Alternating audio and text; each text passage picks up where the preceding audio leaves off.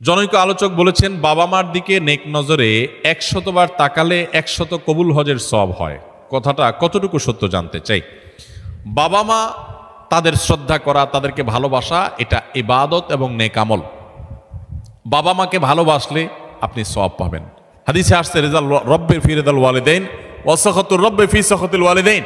বাবা মা খুশি তো আল্লাহ খুশি, কারণ বাবা মা তার উপরে নাখোশ তো আল্লাহ তার উপরে নাখোশ।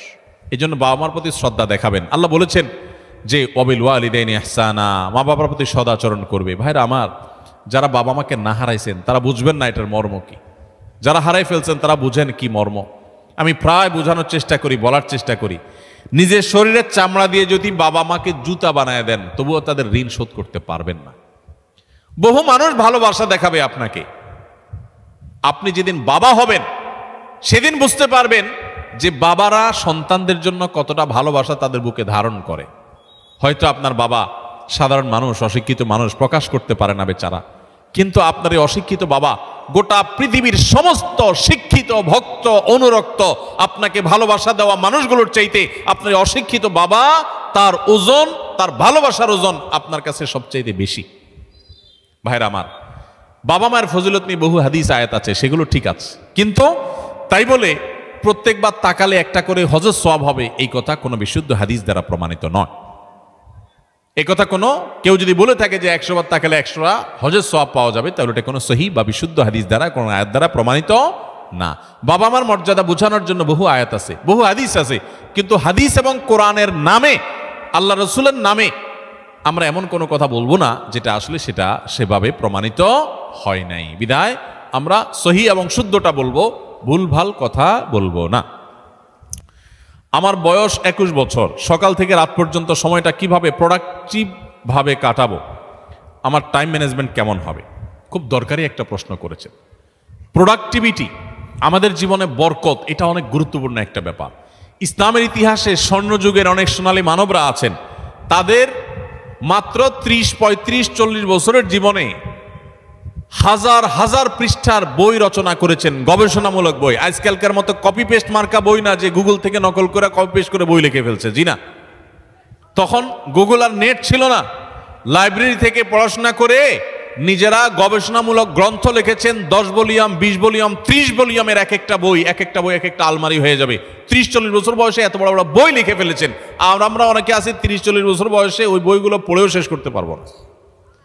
তাদের জীবনে অনেক বরকত ছিল, অল্প সময় অনেক কাজ করতে পারতেন। আমাদের জীবনে বরকত নাই, একেবারে বরকত নাই। দেখতে দেখতে জীবন পার হয়ে যায়, দিন পার হয়ে যায়, কিছু করা হয় না। তো জীবনে বরকত কিভাবে আসবে, প্রোডাক্টিভিটি কিভাবে বাড়াবেন, যে অল্প সময় অনেক কিছু করতে পারেন, কিভাবে করবেন আমি কয়েকটি পরামর্শ দিতে চাই এবং আমার ব্যক্তিগত অভিজ্ঞতা আছে। আর এই পরামর্শগুলো হাদিসের আলোকে কয়েকটি কাজ করতে পারেন আপনার প্রোডাক্টিভিটি বাড়ানোর জন্য। নাম্বার 1, খুব গুরুত্বের সাথে লক্ষ্য করবেন, রাতে দেরিতে ঘুমাবেন না। যারা রাতে দেরিতে ঘুমায় এদের জীবনে বরকত নষ্ট হয়ে যায়, এদের জীবনে প্রোডাক্টিভিটি থাকে না।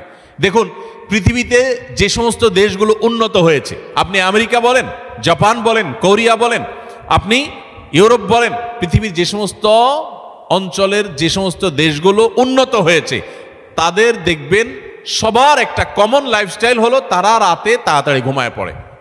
সমস্ত উন্নত দেশের সব মানুষদের মধ্যে এই কালচার আছে। সারা পৃথিবীতে যে দেশগুলো উন্নত হয়েছে তারা সবাই দেখবেন সন্ধ্যার পর পর শুয়ে পড়ে। আর আমাদের বাঙালির রাত শুরুই হলো 10টার পর, তাই না? আমরা অফিস আদালত থেকে আইসা বাসায় রিমোট নিয়া, জামা টামার খুলে ধুইয়া বৈশা, এরপরে আমরা এশার নামাজ যদি পড়ি, নামাজি হই, আর বেনামাজি হলে তার কোনো কথাই নেই। আইসা আমরা সোফা বসে এবার আমরা রিমোট দিয়া একটা পর একটা চ্যানেল পাল্টাতে থাকি, এরপরে মোবাইলে ফেসবুকে আতাইতে থাকি, খাওয়া দাওয়া করে শুধু আমাদের 12টা, 12:30, 1টা।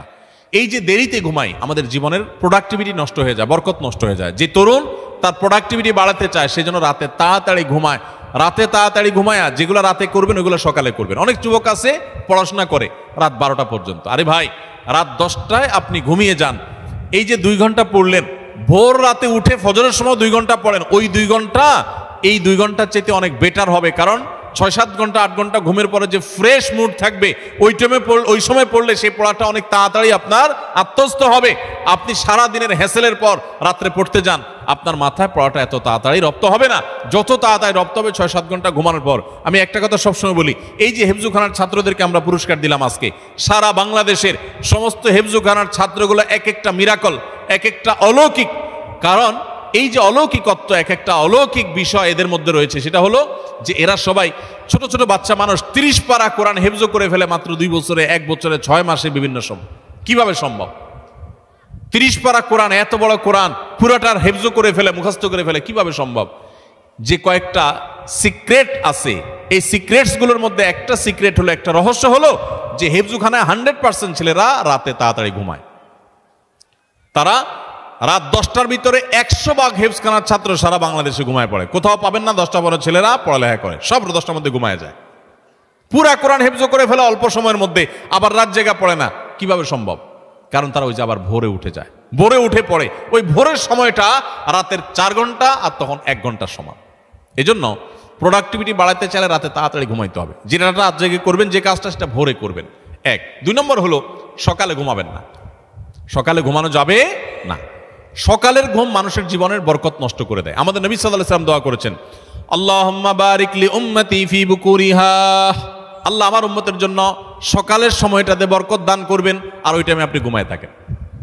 সকালে আপনি পড়ালেখা করেন, ছাত্র মানুষ, তাহলে পড়ালেখা বরকত হবে। আপনি কর্মজীবী কাজ করেন, আপনার কাজে বরকত হবে। আপনি কৃষক কৃষি কাজ করেন, আপনার জীবনে বরকত হবে। আমাদের সমাজে, আমাদের দেশে 9টা 10টা, সকাল 9টা 10টা 11টা আগে দোকান খোলে না, কারণ পাবলিক ঘুমায় থাকে না, একটাই না, রাত জায়গায় আড্ডা মারে আর সকালে ঘুমায় থাকে। ঠিক না ভাই? ঠিক। আমাদের প্রোডাক্টিভিটি নষ্ট হয় এই কারণে। আপনি কিছুদিন এটা করে দেখেন, দেখবেন আপনার জীবনে কি পরিমাণ বরকত এসেছে। আলহামদুলিল্লাহ, আমি আমার বাসায় আমার ফ্যামিলির সদস্যদের এটার উপরে উদ্বুদ্ধ করেছি, তারা আমল করে, রাতে তাড়াতাড়ি ঘুমায় পড়ে।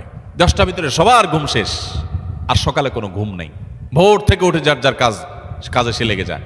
আবার দরকার হলে দুপুরে একটু ঘুমাবেন, সুন্নাত সেটা, আর এর বাইরে কোনো কাজ করবেন না। তাহলে প্রোডাক্টিভিটির জন্য 1 নম্বর হলো রাতে তাড়াতাড়ি ঘুমাবেন। 2 নম্বর হলো ফজর পরে ঘুমাবেন না, ফজর পরে জেগে থাকবেন, কাজ শুরু করবেন। আর রাতে তাড়াতাড়ি ঘুমালে এমনি ফজরের সময় আপনি ঘুম ভেঙে যাবে, কারণ সারা রাত ঘুম, বড় রাত ঘুম হয়ে যাবে ইনশাআল্লাহ।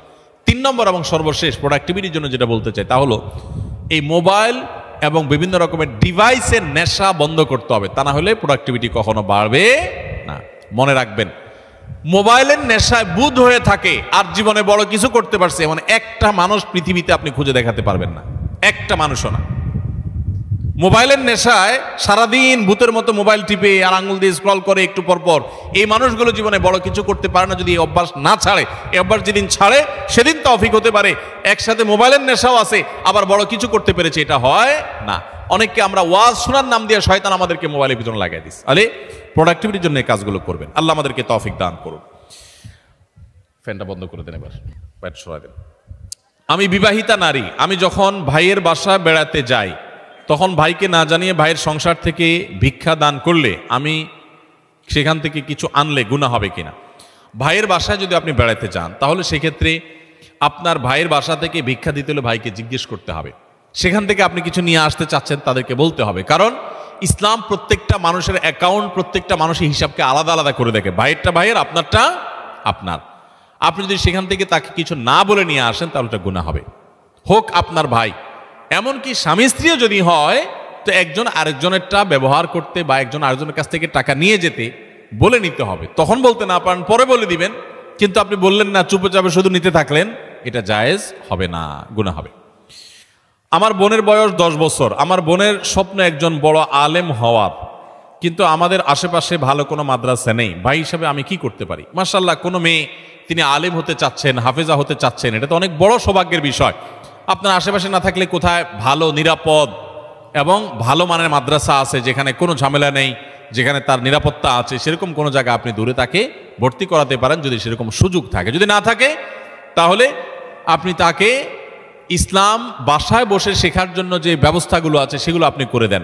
বিভিন্ন বই পুস্তক কিনে দেন, ডক্টর আব্দুল্লাহ জাহাঙ্গীর বইগুলো কিনে দেন, আশরাফ আলী থানভী রহমাতুল্লাহ বইগুলো কিনে দেন, ভালো ভালো বইগুলো কিনে দেন, এবং অনলাইনে অনেকগুলো কোর্স আছে। যদি এরপরে প্রশ্ন হলো, শবে বরাতে কি ভাগ্য নির্ধারণ হয়?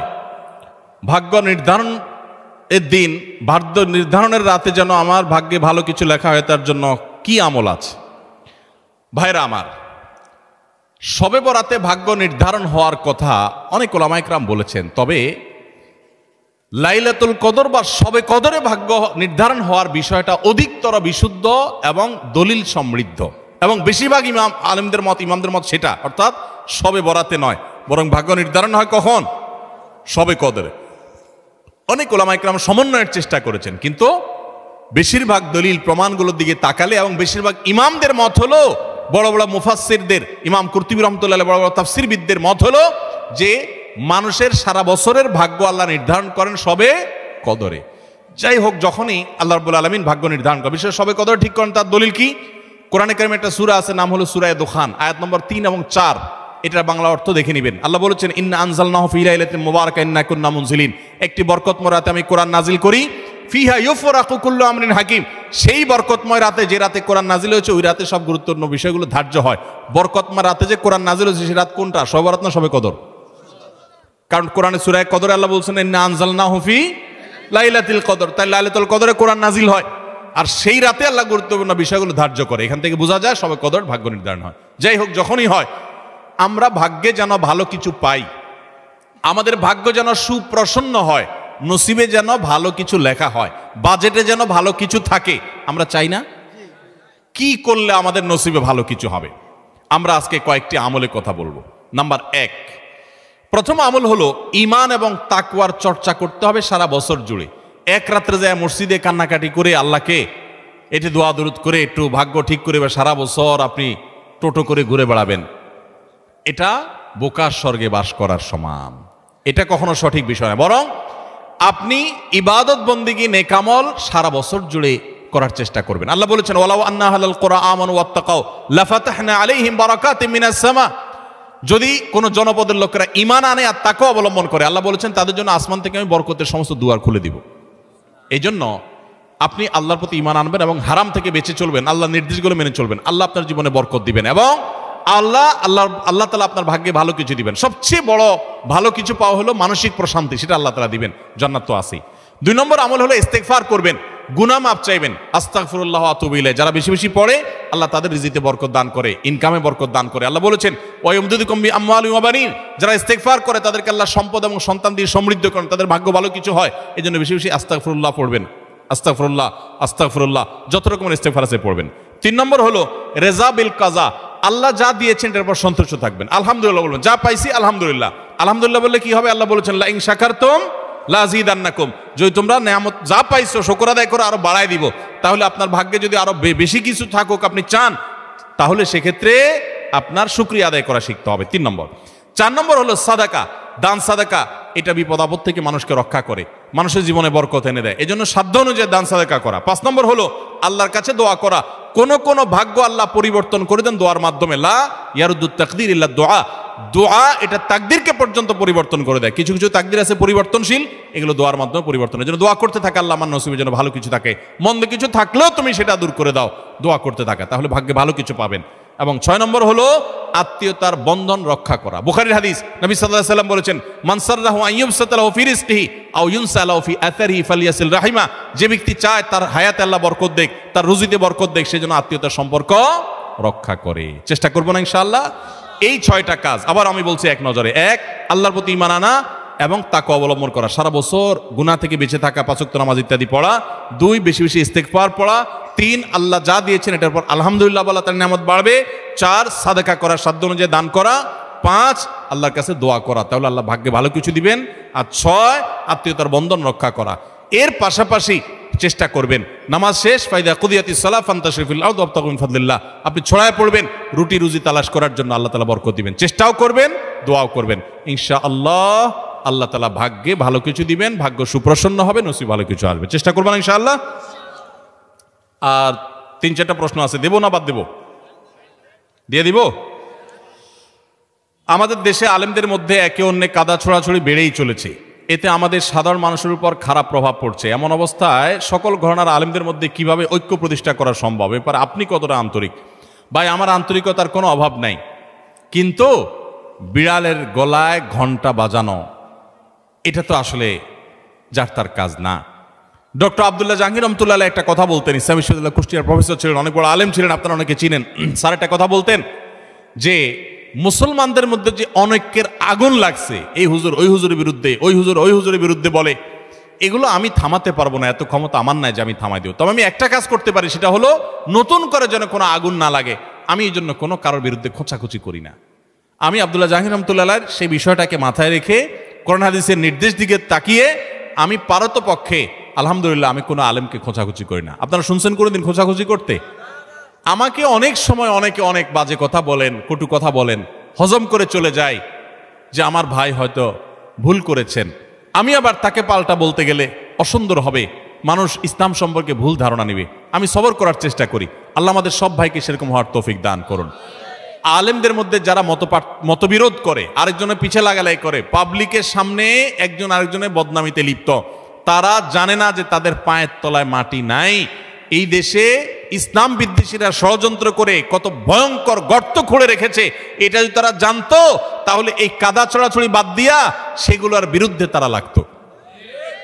তারা প্রকৃত অবস্থা জানে না। যেই কোনো আলেম, যে কোনো ধার্মিক মানুষ তিনি যদি পরস্পর দ্বন্দ্বে লিপ্ত হন, তাহলে বুঝতে হবে যে বড় বড় চ্যালেঞ্জগুলো সম্পর্কে তিনি জানেন না, সেজন্য তিনি এই ছোটখাটো বিষয়গুলো নিয়ে পড়ে আসেন। আমরা নিজেদের পিছনে লেগে আসি। আজ শয়তান আমাদেরকে একজনের পিছনে একজনে লাগাই দিছে।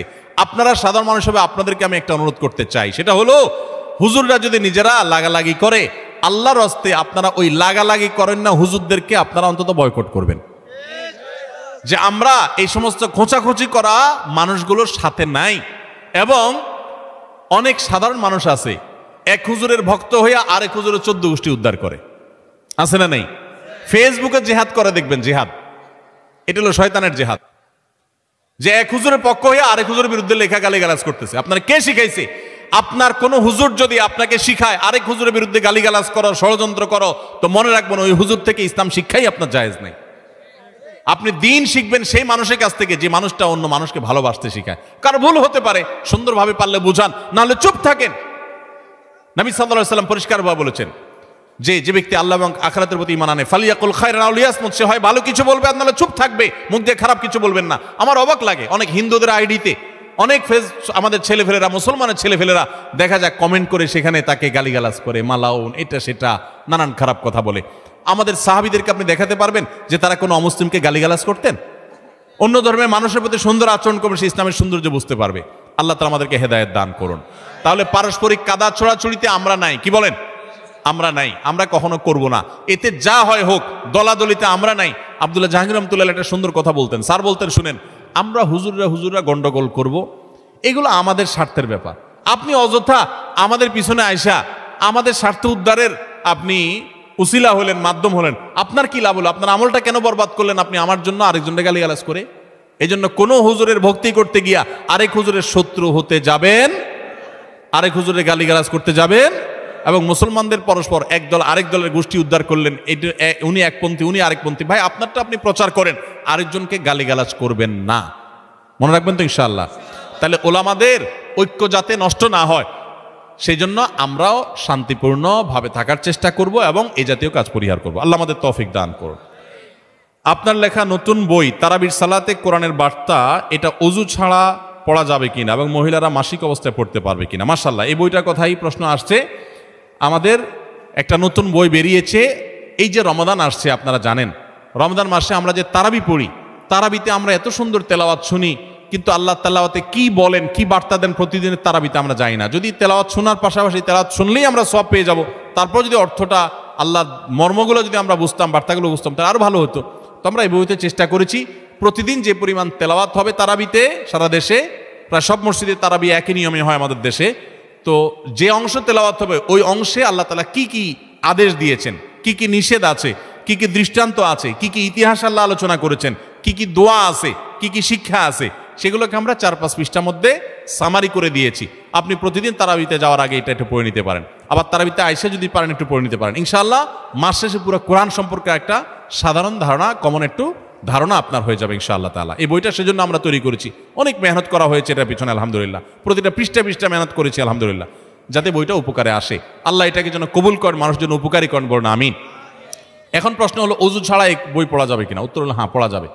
ওযু ছাড়া পড়া যাবে না সরাসরি কোরআন বা পুরা কোরআন অনুবাদ, কিন্তু বড় কোনো বই, এমনকি বড় কোনো তাফসীর গ্রন্থ, সেখানে কোরআনের কথা আছে, ব্যাখ্যা আছে, বিশ্লেষণ আছে, এরকম জিনিস ওযু ছাড়া ধরা যায়। এই জন্য এটা ওযু ছাড়া ধরলে কোনো অসুবিধা হবে না। এমনকি মা বোনেরা মাসিক অবস্থায় যেহেতু এখানে আমরা নির্যাস বলেছি, সার তুলে এনেছি, আয়াত কোট করেছি খুব কম, সেই জন্য এটা মা বোনরা অপবিত্র অবস্থায়ও পড়তে পারেন। অন্যান্য ধর্মীয় বই যেরকম পড়তে পারেন এটাও পড়তে পারবেন। আর সেই সাথে যারা মহিলারা তারাবি পড়তে যান না, বাসায় নিজেরা তেলাওয়াত করেন, আপনি মহিলা মানুষ এক পারা তেলাওয়াত করবেন। যেদিন এক পারা তেলাওয়াত করবেন, যে পারা শুরু করবেন, শুরু করার আগে ওই পারাতে আল্লাহ কি বলছেন একটু দেখে নেন। এখান থেকে যে 10 নম্বর পারা তেলাওয়াত, 10 নম্বর পারা আল্লাহ কি বলেছেন একটু দেখে নিই, আদা তৃপ্তি পাবেন। অথবা তেলাওয়াত শেষে একটু দেখলেন যে এই পারা যে পড়লাম, আমি এই পারাতে আল্লাহর পক্ষ থেকে কি বার্তা পাইলাম, এটা আপনি একটু দেখে নেন। তাইলে তারাবিতে উপকার আসবে, তারাবির বাইরেও আমরা সারা বছর উপকৃত হতে পারি। আল্লাহ তাআলা আমাদের সবাইকে কোরআনের সাথে সংস্রব আরো বেশি গড়ে তোলার তৌফিক দান করুন। কোরআনের সান্নিধ্যে আমাদের আরো বেশি আসার তৌফিক দান করুন। কোরআন বুঝতে হবে, কোরআন মানতে হবে, কোরআন আমল করতে হবে। তবে কোরআন বোঝার ক্ষেত্রে অবশ্যই আপনার এলাকার ইমাম সাহেব, খতিব সাহেব, কোনো আলেমের তত্ত্বাবধানে থেকে আপনি বোঝার চেষ্টা করবেন। আল্লাহ আমাদেরকে তৌফিক দান করুন। এক মহিলা একটা স্বপ্ন দেখেছে, ওই স্বপ্নে 3 জন লোক ছিল। একজন বোলার বাটামারা এলাকার মহিবুল্লাহ পীর সাহেব, আরেকজন শেখ আহমদুল্লাহ, উনি আপনার সব ওয়াজ দেখে। আরেকজনকে মহিলা স্বপ্নে চিনতে পারে নাই। অপরিচিত লোকটা মহিলা স্বপ্নে দেখেছেন দোয়া চাওয়ার কথা। আমরা আপনার জন্য দোয়া করি, আল্লাহ তাআলা আপনার সংসারে আয় উন্নতি বরকত দান করুক, শান্তি সম্প্রীতি দান করুক, আমাদের সবাইকে আল্লাহ তাআলা শান্তি সুখ দান করুক। আমরা আপনাদের দোয়া করি। আপনার স্বপ্নে কাউকে টাকা দিতে দেখলে সে টাকা তাকে দেওয়াও জরুরি না, আবার ওই টাকা দান করে দিতে হবে এমন কোনো আবশ্যকতাও নাই। তবে স্বপ্নের বিভিন্ন ব্যাখ্যা থাকে, বিভিন্ন ইন্ডিকেট থাকে, বিভিন্ন আলামত থাকে, এগুলো স্বপ্নের ব্যাখ্যা বিশেষজ্ঞরা ভালো বোঝেন, এটা আমার সাবজেক্ট না। তবে এতটুকু নিশ্চিত যে স্বপ্নে কাউকে টাকা দেখতে দেখলে সেটা দিতেই হবে বা আল্লাহর রাস্তায় দান করে দিতে হবে। কোনো আলেমকে স্বপ্নে দিতে দেখেছেন এই জন্য দান করে দিতে হবে এমন কোনো কথা নাই, আপনি নিশ্চিন্ত থাকতে পারেন। এমনিতে দান সাদাকা করলে আপনার আমল নামাতে সওয়াব পাবেন, আল্লাহর পক্ষ থেকে বরকত পাবেন, সেজন্য আপনি দান সাদাকা করতে পারেন। 100 পারেন, 200 পারেন করবেন। সবচাইতে উত্তম দুরূদ কোনটি? সবচেয়ে উত্তম দুরূদ হলো যে দুরূদটা আমরা নামাজে পড়ি, আল্লাহুম্মা সাল্লি আলা মুহাম্মাদিন ওয়া আলা আলি মুহাম্মাদ কামা সাল্লাইতা আলা ইব্রাহিম ওয়া আলা আলি ইব্রাহিম ইন্নাকা হামিদুম মাজিদ। আল্লাহুম্মা বারিক আলা মুহাম্মাদ ওয়া আলা আলি মুহাম্মাদ কামা বারাকতা আলা ইব্রাহিম ওয়া আলা আলি ইব্রাহিম ইন্নাকা হামিদুম মাজিদ। এটা হলো সবচাইতে উত্তম দুরূদ, নবী সাল্লাল্লাহু আলাইহি ওয়াসাল্লাম নিজে শিক্ষা দিয়েছেন। আর সবচেয়ে ছোট দুরূদ হলো সাল্লাল্লাহু আলাইহি ওয়াসাল্লাম। সবচেয়ে ছোট দুরূদ কি? সাল্লাল্লাহু আলাইহি ওয়াসাল্লাম। এই জন্য ওই বড় দুরূদটা পড়তে একটু বেশি সময় লাগে, সওয়াবও বেশি হবে, এই জন্য ওইটা বেশি বেশি পড়বেন। আপনারা শুধু সাল্লাল্লাহু আলাইহি ওয়াসাল্লাম পড়লেও হবে। আরো অনেক রকমের দুরূদ আছে, কোরআন হাদিসে বর্ণিত দুরূদগুলোকেই অগ্রাধিকার দিতে হবে। এছাড়া নিজেদের বানানো দুরূদ যদি অর্থের মধ্যে শিরকি কিছু না থাকে তাহলে পড়তে পারেন। নামাজে হাইয়া আলাস সালাহ বলার পর নামাজের জন্য দাঁড়ানো কতটুকু সহি? অনেকে মনে করে যে ইমাম সাহেব হাইয়া আলাস সালাহ বললে তারপর দাঁড়াইতে হবে, বসে থাকে, হাইয়া আলাস সালাহ বলার পরে উঠে। আছে না কিছু কিছু এলাকায়? আপনাদের এলাকায় আছে এটা? দেখেন, হাইয়া আলাস সালাহ বলার পর দাঁড়াইতে হবে এমন কোনো কথা কোরআন হাদিসে কোথাও নেই। ফিকহের কোন কোন কিতাবে আছে হাইয়া আলাস সালাহর সময় দাঁড়ানোর কথা, কিন্তু তার ব্যাখ্যায় আবার উলামায়ে কেরাম লিখেছেন যে এর মানে হলো সর্বশেষ টাইম হলো হাইয়া আলাস সালাহ। আপনি যদি শেষের দিকে দাঁড়ান, কাতা সোজা করবেন কখন? হাইয়া আলাস সালাহ, হাইয়া আল ফালাহ, কাদ কামাত সালাহর পর তো ইমাম সাহেব নামাজে শুরু করবে, আপনি এবার কাতা সোজা করবেন, ডানে বামে খেয়াল করবেন, হ্যাঁ, তারপরে নামাজে নিয়ে আপনার হাত বাঁধবেন। তো আপনি এগুলো কখন করতে যাবেন? তাহলে তো আপনার অনেকটা ছুটে যাবে। এই জন্য হাইয়া আলা বলা পর্যন্ত বসে থাকতে হবে, তারপর দাঁড়াইতে হবে, এই কথা কোনো হাদিসে কোনো কোরআনের কোথাও নির্দেশ নাই।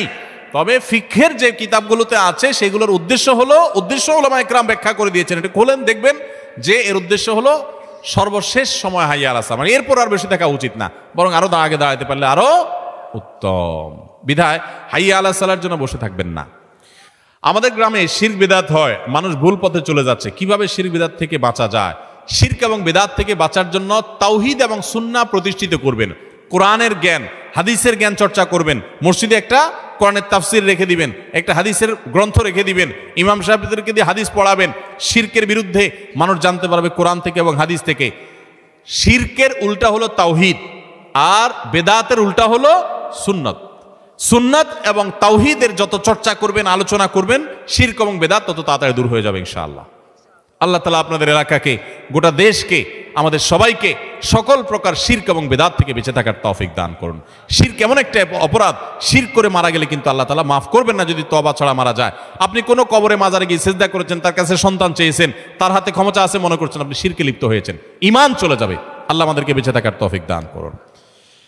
এরপরে প্রশ্ন হলো, নিজেকে কিভাবে দিনের পথে চালাতে পারবো? নিজেকে দিনের পথে চালাবার জন্য এই যে কোরআন হাদিস পড়বেন, ইসলামিক বই পুস্তক পড়বেন, আলেমদের দার্সে মজলিসে বসবেন, প্রোগ্রামে আসবেন, মাহফিলে আসবেন, অনলাইন থেকে ভালো ভালো জিনিস শিখবেন এবং ওলামা একরাম এবং ভালো ভালো নেককার নামাজি ভালো মানুষগুলোর সাথে চলবেন, উঠা বসা করবেন।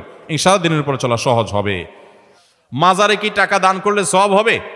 মাজারে টাকা দান করলে কি লাভ হবে বলেন? মাজারের টাকা কোথায় যায় বলেন? মাজারের টাকা কোথায় যায়? যিনি মাজারে শুয়ে আছেন, যার কবর আর কি, ওই মাজার বানাইছেন যার কবরকে, উনি যদি আল্লাহর ওলি নেককার কোনো মানুষও হয়, এই টাকাগুলো কি ওনার কবরে ঢুকে?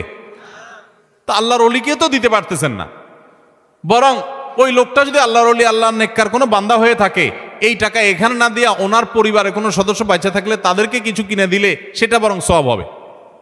ঠিক না ঠিক?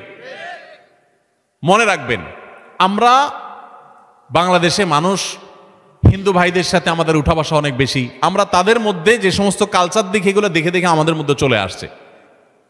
এটার তো সেরকম একটা বিষয়। মাজার তো দানের কোনো জায়গা না ভাই। আপনারা মদিনায় গেছেন না? যারা মদিনায় গেছেন দেখছেন রাসূল আকরাম সাল্লাল্লাহু আলাইহি ওয়াসাল্লামের কবরে দান বাক্স কয়টা আছে? টাকা রাখার সিস্টেম আছে কোনো? কাহিনী কি? মাজারে দান করলে যদি সওয়াব হইতো তো সবচেয়ে বড় মাজার রাসূল সাল্লাল্লাহু আলাইহি ওয়াসাল্লামের, ওখানে তো সবচেয়ে বেশি দান করার জায়গা থাকতো। কি বলেন? কই, সেটা তো নাই। আর মাজারগুলো দেখবেন বেশিরভাগ, বিশেষ করে আপনার দেশে বড় বড় অনেক মাজার দেখবেন হাইওয়ের আশেপাশে, রেল স্টেশনের আশেপাশে, মানে যেখানে টেখানে পয়সা পড়বে ওখানে মাজার বেশি। বুঝেন না কথা? আল্লাহর যে নেককার বান্দারা আছেন ওনাদের কবরকে যদি কেউ মাজার বানায় তারা অপরাধী, আল্লাহর নেককার বান্দারা অপরাধী না।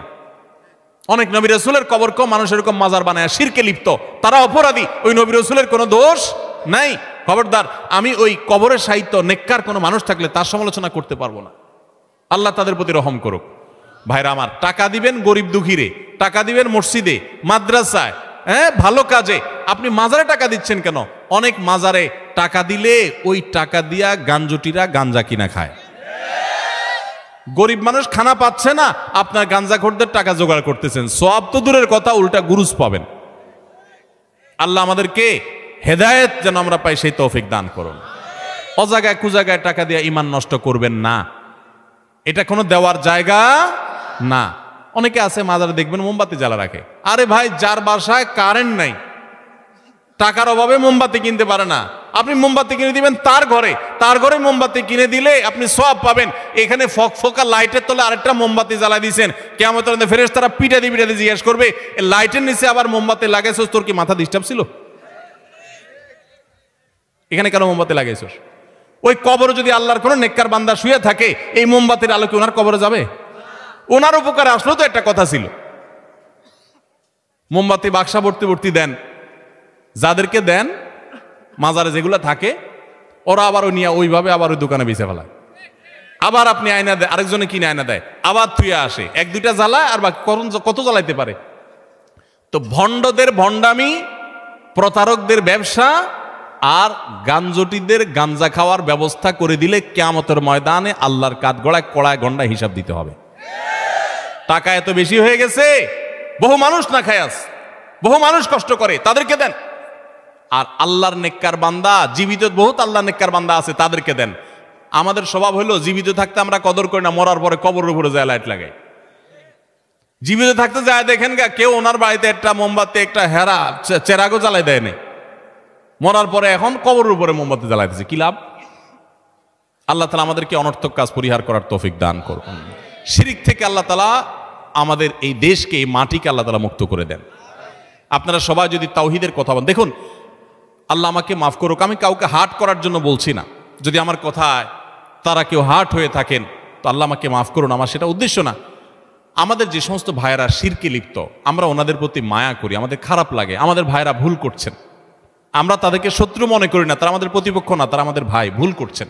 আল্লাহ তাআলা আমাদের ভাইদেরকে হেদায়েত দান